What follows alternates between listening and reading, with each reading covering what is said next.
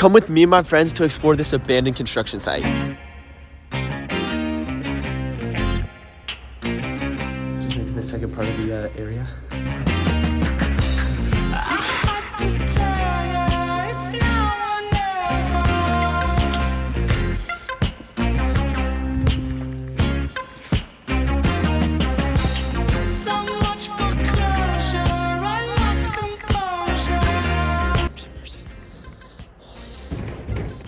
Okay, so we can definitely confirm someone was in there.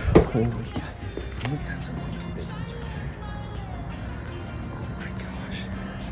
Alright guys, Levi and Wes just got up here.